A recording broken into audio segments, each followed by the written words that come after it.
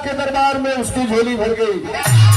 श्याम वेद के अनुसार जो गायन की माँ है, जिनके बिया से एक अलग राग निकलती है दुनिया के लोग, जिसे स्वर की अधिष्ठात्री देवी के नाम से जानते हैं, भक्त माँ के दरबार में हाजिरी दे रहा है।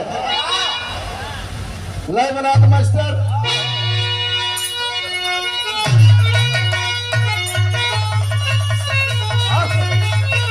सुनाए भैया माइक वाले। गाजीपुर के हुआ कि बहरा के हुआ? गाजीपुर के हुआ। आप बेइज्जती करावत रहा। जरा देखो भाई फूको भाई में कुछ सुना था। अब तो हमने के मन से बोले के पड़ी।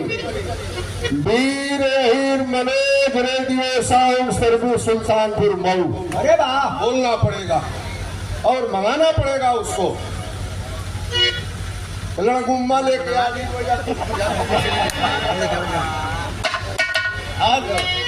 उसमें कोरस पे हाल हाल क्या बोला फूका हाल हाल देखा है हाल ढोलक में बेच दे देना हो, ये ना थोड़ा सा बेच दे दो। हाल देखा हाल आइए पैसा हारमोनियम पे बनाया था हल्का सा एक पॉइंट हारमोनियम पे